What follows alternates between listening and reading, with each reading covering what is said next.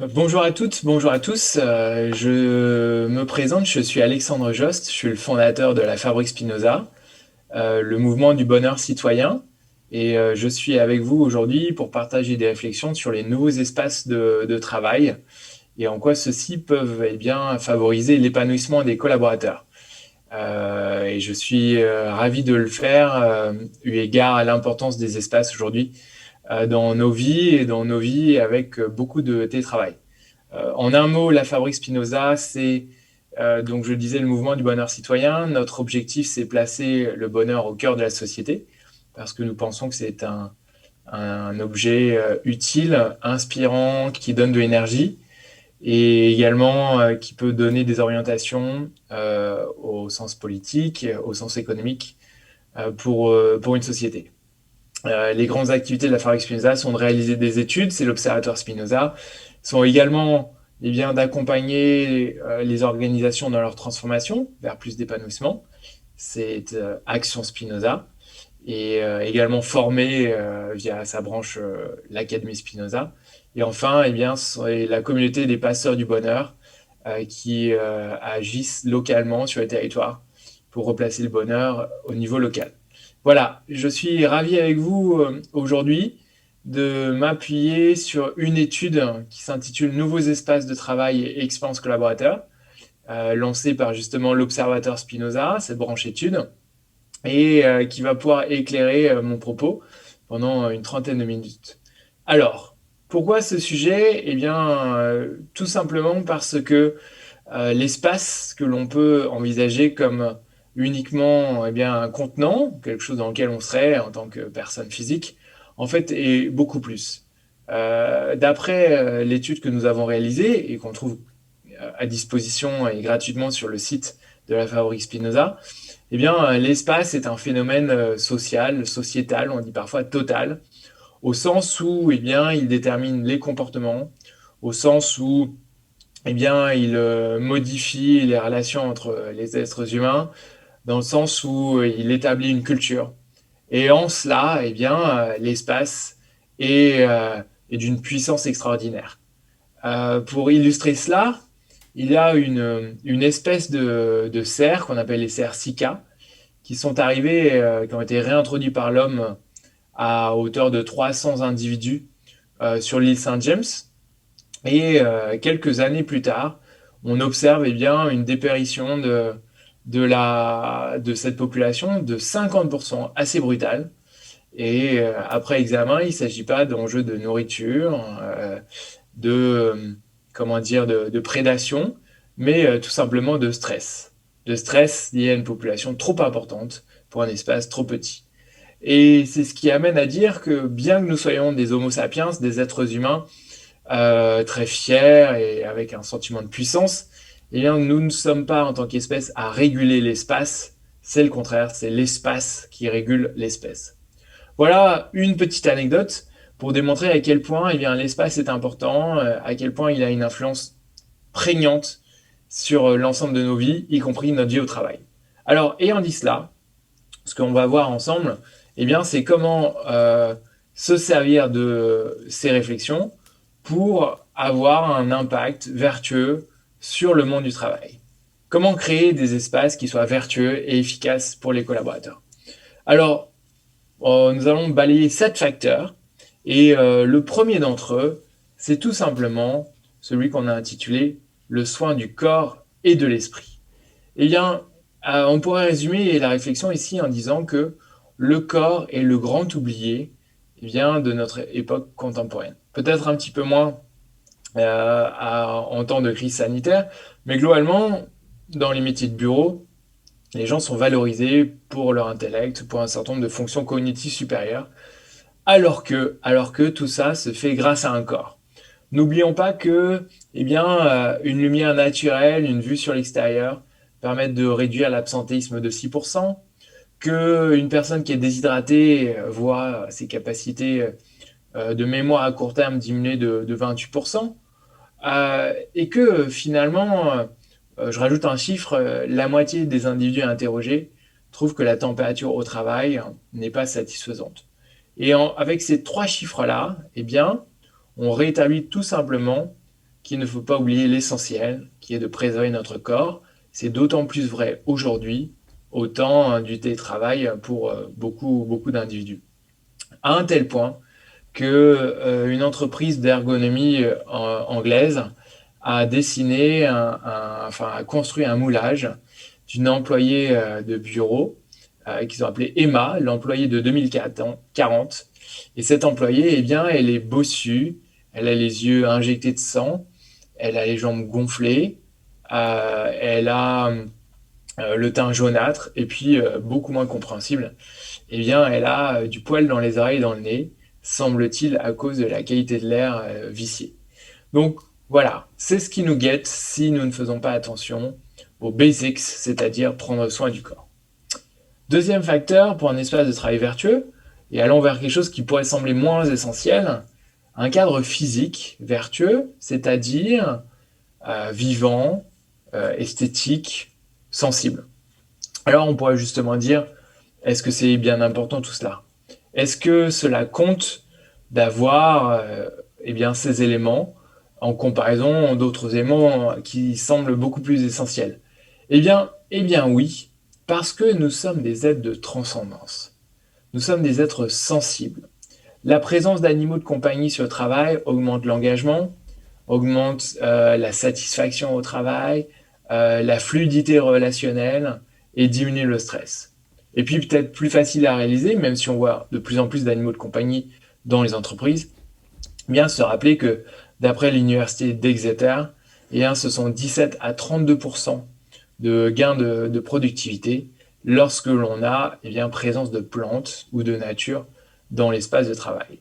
Alors, admettons que ces recherches soient peut-être imprécises, reste que on ne parle pas de l'épaisseur du trait ici. Le vivant a un impact significatif dans le monde du travail. On parle de biophilie. La biophilie, c'est un ensemble de connaissances, de biologie, de neurosciences, psychologie sociale, qui convergent pour dire que le vivant est bon pour nous, êtres humains, en tant que membres du vivant. Et donc, n'oublions pas, deuxième facteur, n'oublions pas tout ce qui affecte notre sens, nos cinq sens, l'ouïe, l'odorat, le vivant autour de nous, que ça soit sous forme végétale, sous forme animale. Et puis le beau, on observe également que la présence d'art est extrêmement impactante. Et pour donner un exemple un petit peu décalé, c'est le professeur Lemarquis qui rapporte dans un livre sur le sujet, neurologue, que les patients de l'Institut de cardiologie de la Salpêtrière sont envoyés en visite au château de Compiègne parce que le beau favorise leur rémission. Donc un cadre physique vertueux, c'est tout cela, le vivant, le beau, le sensible, parce que je le redis, nous sommes des êtres de transcendance. Alors troisième élément, c'est difficile de distinguer ce qui est essentiel ou ce qui est super essentiel. On pourrait dire des liens humains positifs. Alors pourquoi cela? Ça nous semble tellement évident aujourd'hui en temps de crise sanitaire, alors que nous sommes privés de ces relations si essentielles avec beaucoup de gens, mais en partie notamment nos collègues. Des liens humains positifs parce que d'après une étude qui a fait date, qui s'appelle l'étude Grant de l'université d'Harvard, une étude extrêmement longue sur le bonheur, la plus longue jamais réalisée, 70 ans, 4 générations de chercheurs. D'après cette étude, le déterminant fondamental du bonheur dans la vie, c'est l'amour. L'amour sous toutes ses formes, l'amour du conjoint, l'amour de ses enfants, l'amour des amis, l'amour des collègues, en fait, l'amitié et plus sobrement des relations humaines positives.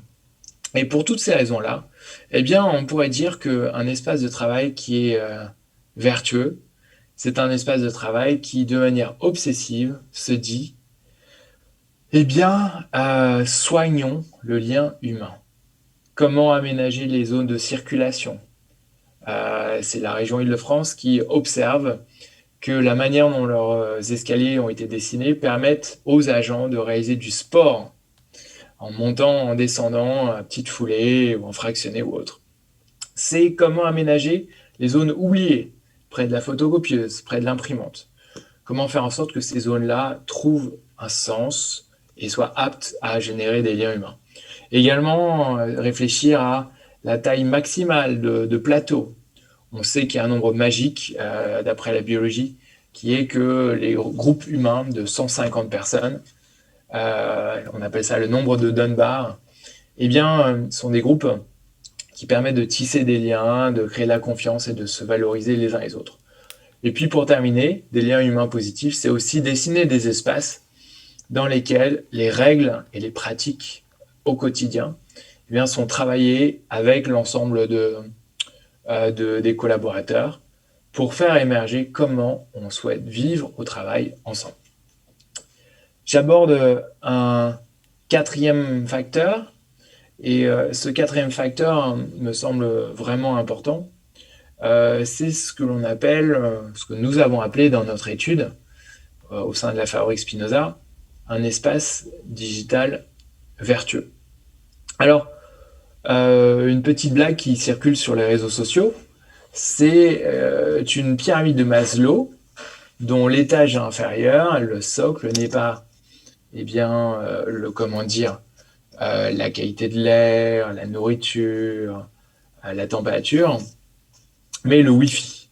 Et je pense que nous qui nous arrachons les cheveux à être en visioconférence pas mal de temps pendant la journée, eh bien, on reconnaît l'importance de ce dieu Wi-Fi qui marche ou ne marche pas. Que dire là-dessus? Un espace digital vertueux, on peut visualiser trois socles, enfin trois crans. Le premier, c'est qu'il marche tout simplement. On estime aujourd'hui à 2 jours au moins par an de retard le temps perdu pour des raisons logistiques en réunion. Donc le Wi-Fi, la connectique, le bon affichage, etc. Donc tout d'abord, que ça marche, que ça fonctionne.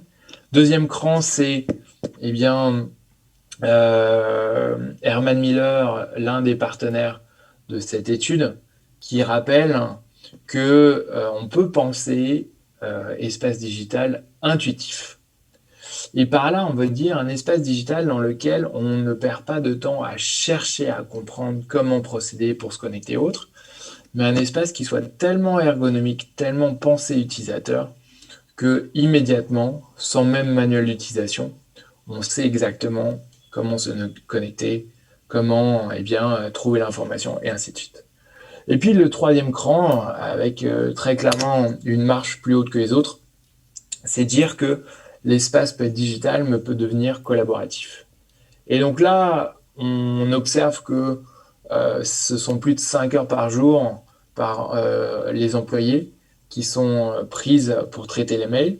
Et on peut se dire que un espace qui permet, en adéquation avec sa transformation, de transformer aussi l'espace digital, eh bien, donc avoir en miroir l'espace physique et l'espace digital, les deux qui se transforment, un tel espace qui deviendrait véritablement collaboratif, et tel Atos qui s'est dit nous allons supprimer 100% de nos mails en quelques années, eh bien, un tel espace qui aurait cette ambition de diminuer la masse de mails pour installer des plateformes collaboratives, eh bien, aurait vraiment atteint un niveau de vertu et d'efficacité important pour les collaborateurs.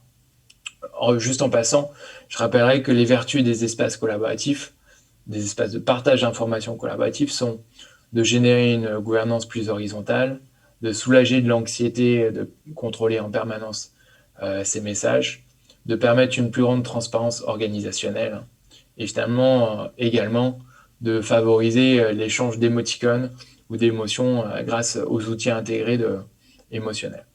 Donc pour toutes ces raisons-là, l'espace de travail peut être un espace de travail digital et devient dans ces cas-là vertueux s'il est intuitif, s'il soulage, et on parle parfois même de passer de l'enfouissement électronique à l'épanouissement électronique. Voilà un cap qui peut être imaginé sur ce quatrième facteur, qui est le facteur digital. J'aborde un cinquième facteur que nous avons appelé l'adaptation de l'espace aux personnes et aux activités. Alors cet enjeu il est important puisque finalement, en étant très pragmatique, on peut se dire l'espace de travail, eh bien, c'est le lieu, comment dire, où nous travaillons, et donc l'enjeu, c'est d'abord de pouvoir réaliser les tâches que nous avons à y réaliser. Et sur ce sujet, on peut dire deux choses. La première, c'est que les espaces de travail sont souvent pensés par et donc pour les extravertis, parce qu'ils sont plus volubiles, parce qu'ils prennent de la place dans la conversation. Et pour cette raison, il est intéressant de s'interroger, est-ce que l'espace que l'on a dessiné répond aussi à ce type de personnalité qui est celle des introvertis. Et puis, deuxième enjeu, adapter l'espace plus seulement aux personnes, aux personnalités, mais aux activités. Et là, on peut le résumer de manière simple en se disant que les temps ont changé et que on ne peut plus envisager notre temps au travail comme réparti entre travail seul à son bureau, travail collectif en salle de réunion et cafétéria pour voir les collègues ou pour manger ou prendre un café. Aujourd'hui, la gamme d'activités qui est réalisée au travail est beaucoup plus vaste. C'est pour cette raison que l'activity-based working, le fait de dessiner des zones par type d'activité, est une véritable révolution dans la conception des espaces. Je vais prendre un exemple, je vais en prendre deux. Lorsque l'on sort d'une salle de réunion, en fait, si vous réfléchissez à ce qui se passe pour vous, en général, vous prenez un petit instant pour papoter avec les collègues. Et ce moment-là est essentiel parce que c'est le moment où vous fluidifiez le travail en trouvant, eh bien, en partageant une information qui n'aurait pas pu l'être devant l'ensemble des collaborateurs par manque de temps, par exemple. C'est le moment où de l'huile est mise dans les rouages. On peut parler de landing et endroit d'atterrissage. Si un tel espace n'existe pas, alors, eh bien, ou bien les collaborateurs n'échangent pas d'informations, ou bien ils le font, mais ils dérangent les autres qui sont à proximité. Je prends un deuxième exemple de l'importance de bien baliser l'ensemble des espaces nécessaires pour réaliser ces activités. C'est ce qu'on appelle les espaces de huddling. Tout d'un coup, hop, crise dans l'entreprise, besoin de communiquer rapidement. Quelques collaborateurs se rassemblent en vitesse autour d'un espace qui leur permet d'échanger de l'information et agir très rapidement. En mode Apollo 13, pour ceux qui ont vu le film, Houston, we've got a problem. Et ce type d'espace a besoin d'être envisagé pour pouvoir être conçu et donc être utile. De manière plus générale, eh bien, c'est Herman Miller à nouveau qui a analysé des milliers d'heures de travail et qui en a déduit 10 grands types d'activités et 10 grands types d'espaces correspondants, même s'il n'y a pas de correspondance univoque dans un espace, on peut conduire plusieurs activités et plusieurs espaces peuvent permettre de réaliser une certaine activité. Ce que l'on peut dire, c'est qu'aujourd'hui, la gamme, donc non seulement la gamme d'activités qu'on réalise au travail est plus vaste, mais en plus de cela, eh bien, on voit apparaître de plus en plus d'activités au bureau, dans les espaces de travail, qui ne sont pas de la production pure. Aujourd'hui, il est acceptable de dormir, de jouer, de se détendre, de converser, de bagnoder au travail, parce qu'on réalise aujourd'hui, étant en télétravail, que ces activités-là sont essentielles pour une bonne santé mentale, pour de la convivialité et aussi pour de l'efficacité. Peut-être, pour conclure là-dessus, se dire que la crise sanitaire et le renforcement du télétravail fait qu'il n'est pas très clair pour quelles raisons les individus reviennent aujourd'hui ou vont revenir au travail. On comprend qu'il y a un plus grand besoin de convivialité, on comprend qu'il y a besoin de collaboration, mais on ne sait pas exactement quel est le cocktail de tâches qui sera réalisé au travail. Et pour toutes ces raisons-là, ne sachant pas quelle sera la proportion du temps dédié à telle ou telle activité, eh bien, les espaces de travail ont véritablement besoin d'être flexibles, d'où l'importance de l'activity-based working, et a fortiori d'être super flexible, c'est-à-dire de pouvoir prendre en compte des éventuels changements de cocktail de tâches. Peut-être qu'aujourd'hui, le cocktail de tâches réalisé par un individu au travail est différent de celui dans 3 mois, 6 mois, 1 an, en fonction des évolutions de la crise sanitaire ou d'autres facteurs. Donc, la recommandation, eh bien, c'est que les espaces de travail soient adaptés aux personnes, aux activités, de manière flexible, voire hyper flexible. Je poursuis ce tour d'horizon avec l'avant-dernier facteur, un espace d'ouverture. Et là-dessus, eh bien, que dire? Euh, on peut se dire que l'entreprise dans laquelle des collaborateurs sont en CDI, du début de leur carrière jusqu'à la fin, cette entreprise-là est amenée à disparaître et que l'entreprise est aujourd'hui hybride. On dit parfois organique, vivante, satellite, tous ces mots-là, ruche, on parle d'entreprise ruche aussi, tous ces mots-là, qui est un joli mot d'ailleurs, tous ces mots-là, ils veulent dire que aujourd'hui, une entreprise, une organisation est composée d'un ensemble d'acteurs avec des statuts extrêmement variables, des CDI, des CDD, des intrapreneurs, des incubés, des excubés, des bénévoles, des prestataires, des fournisseurs, toutes sortes de partenaires, des parties prenantes, etc. Et pour ces raisons-là, des associations, en fait, l'espace de travail a besoin d'être ouvert sur le monde. Ouvert sur le monde de manière multiple. Et pour donner un exemple, ce sont des mutuelles, notamment je sais que Harmonie Mutuelle réfléchit dessus, qui s'interrogent pour voir comment eh bien, les agences qui traditionnellement accueillent des clients, des sociétaires ou des adhérents, eh bien, peuvent stimuler le trafic et la venue de public en ayant en plus de leurs collaborateurs eh bien, du coworking, des associations et un café. Et cela illustre véritablement ce besoin de s'ouvrir sur le monde. Et puis, toujours pour replacer les choses dans leur contexte, la crise sanitaire fait que les individus reviendront au travail, non pas pour avoir le sentiment d'être enfermés, même si c'est enfermé avec des collègues et dans une culture sympathique, mais pour avoir le sentiment d'être dans un endroit qui est ouvert après autant de confinement, reconfinement ou quel que soit le bon mot à utiliser. Et puis je vais terminer par un septième facteur que nous avons intitulé à l'observatoire, dans notre branche études, eh bien un espace de pouvoir partagé. Alors ça peut paraître surprenant quand même de parler de cela, alors même qu'on parle d'espace physique. C'était l'objet de mon introduction, rappeler que finalement, l'espace détermine énormément de choses dans nos rapports, y compris les rapports de pouvoir. C'est Michel Foucault qui établissait que le concept de dispositif panoptique. Et c'est ainsi qu'il nommait les prisons. Donc, dans une prison, vous avez un mirador où un gardien eh bien, peut voir de manière circulaire l'ensemble des prisonniers. En revanche, les prisonniers, eux, ne peuvent pas se voir les uns les autres, ils peuvent juste voir le gardien.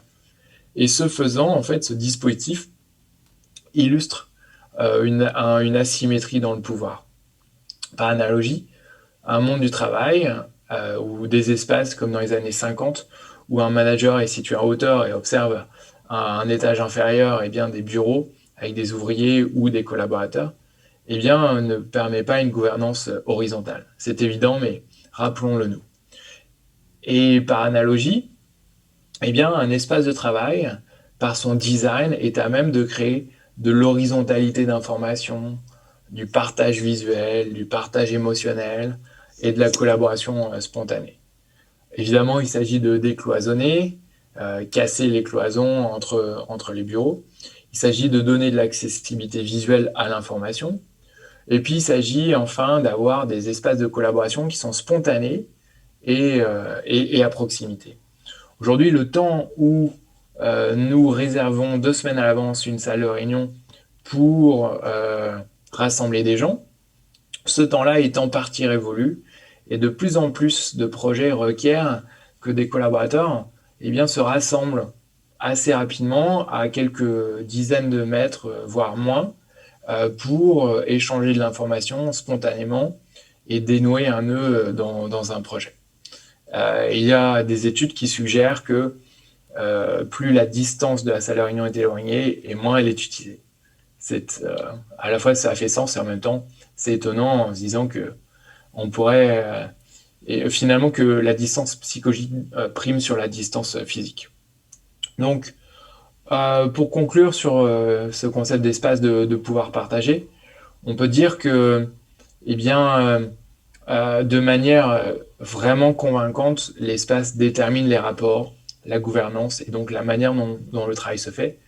Je parlais tout à l'heure du nombre 150.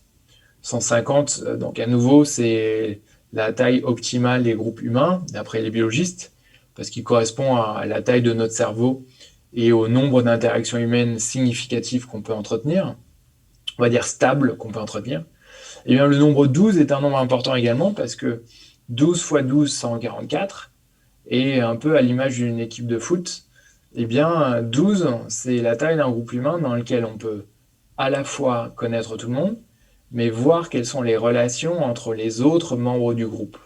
Si je suis dans une équipe de foot, à la fois je sais où sont les autres, mais je vois que l'un des joueurs en regarde un autre et est susceptible, si je lui fais une passe, de la passer rapidement à quelqu'un d'autre. Et donc, on estime aujourd'hui que la taille maximale d'une équipe est autour de 12 personnes et qu'avec cet échelon-là, on crée une super collaboration à un niveau micro. Et ce sont donc des réflexions possibles à intégrer dans le design des espaces. Je conclurai en disant que, in fine, ces 7 facteurs illustrent à quel point l'espace de travail est fondamental pour dessiner à la fois les rapports humains, à la fois comment on s'y sent, la convivialité, l'échange d'informations, le pouvoir, et in fine, il détermine le travail lui-même. Et pour toutes ces raisons, l'une des recommandations de la Fabrique Spinoza, c'est que lorsque l'espace se transforme, le travail aussi. Et donc cet accompagnement-là mérite d'être fait. Une transformation d'espace qui se ferait sans accompagnement humain, donnerait peut-être lieu au plus beau bureau, mais pas celui où les gens se sentent bien et celui où les gens travaillent bien. Et pour donner un exemple à cela, je parlais tout à l'heure du partenaire région Île-de-France, se dire que lorsqu'ils ont déménagé et rassemblé 11 bâtiments de Paris dans leur nouveau siège du conseil régional à Saint-Ouen, ils ont pris soin d'accompagner les métiers et parfois même au niveau des équipes pour réfléchir à la nouvelle manière de travailler ensemble. Parce que transformant les espaces, le travail était transformé et les gens avaient besoin de repères et de co-construction pour imaginer leur nouveau rapport de travail.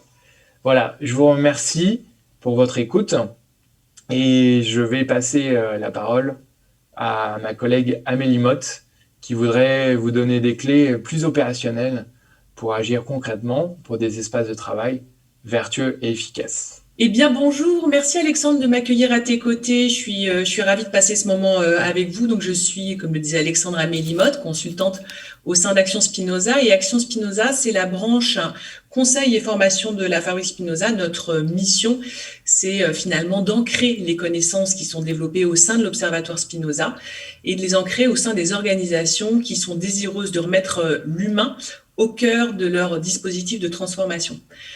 Alors, je pense que le constat qu'on partage ensemble aujourd'hui, c'est que nous vivons un moment historique parce que la crise actuelle a complètement bouleversé notre rapport au travail et aux espaces de travail, et ce de façon probablement irréversible. Ce Ce qu'on observe, nous, c'est que jusqu'à l'année dernière, de nombreuses entreprises pensaient que le télétravail n'était pas forcément adapté à leur métier ou à leur secteur d'activité. Et pourtant, elles ont été nombreuses à être propulsées quasiment du jour au lendemain dans une expérience massive de télétravail.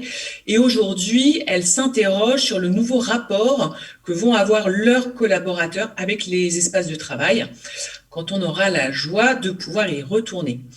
Il y a aussi de nombreuses entreprises qui disaient également que la question de l'épanouissement, du bien-être au travail était un phénomène générationnel et pourtant, aujourd'hui, elles s'interrogent sur la façon de déployer une organisation du travail, des espaces de travail et des façons de travailler ensemble générateurs de confiance et porteuses de sens. En bref, finalement, face à tous ces bouleversements, aujourd'hui, les entreprises se questionnent et elles réfléchissent à comment réinventer leurs méthodes, comment réinventer leurs outils, comment réinventer leurs espaces pour qu'ils soient générateurs d'une expérience épanouissante pour les collaborateurs. Et dans ce contexte-là, on a associé nos forces avec notre partenaire aménageur Factory, qui est un partenaire avec lequel on travaille régulièrement. Ils sont comme nous convaincus que le meilleur espace de travail est celui qui est co-créé avec les futurs utilisateurs, car un espace conçu par et pour les collaborateurs, c'est un espace qui devient générateur d'engagement et d'épanouissement. Ensemble, on a donc imaginé un dispositif qui s'appelle Fluide. Cette offre, elle a d'abord été pensée pour les RH. On s'est rendu compte avec cette crise que la fonction RH avait été hyper sollicitée avec la génération massive la généralisation massive du télétravail.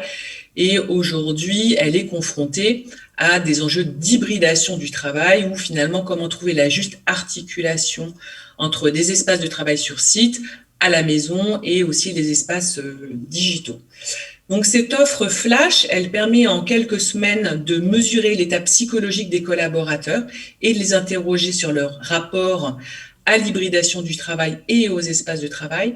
Elle permet deuxièmement de les embarquer positivement à travers un dispositif de co-construction d'un espace de travail réenchanté. Et en faisant tout ça, finalement, ça nous permet de lancer avec eux le mouvement du futur du travail. Concrètement, ce dispositif se déploie en 3 étapes qui durent chacune entre 2 et 3 semaines. Au cours d'une première étape, à partir d'une enquête en ligne qu'on mène auprès de l'ensemble des collaborateurs, on va mesurer leur santé psychologique depuis la crise et on les interroge également sur les liens qu'ils ont créés ou qui leur manquent face aux nouveaux modes de travail. Dans une deuxième étape, à partir d'une série d'interviews plus qualitatives, on leur demande si leurs espaces de travail actuels sont adaptés ou non à ces nouvelles façons de travailler et on peut commencer à identifier des quick wins, des petites actions qu'on peut mettre en place assez rapidement. Enfin, au cours d'une troisième étape, on fait une séance d'idéation en intelligence collective avec des représentants de vos équipes et on les aide à imaginer sans limite leur futur espace de travail. Cette séance est visuelle, est interactive, elle peut se faire aussi bien en présentiel qu'à distance et elle permet de co-créer collectivement les bases d'un futur espace de travail. Et le résultat de ce travail peut ensuite nourrir un brief pour réaménager ou adapter les espaces de travail de vos collaborateurs.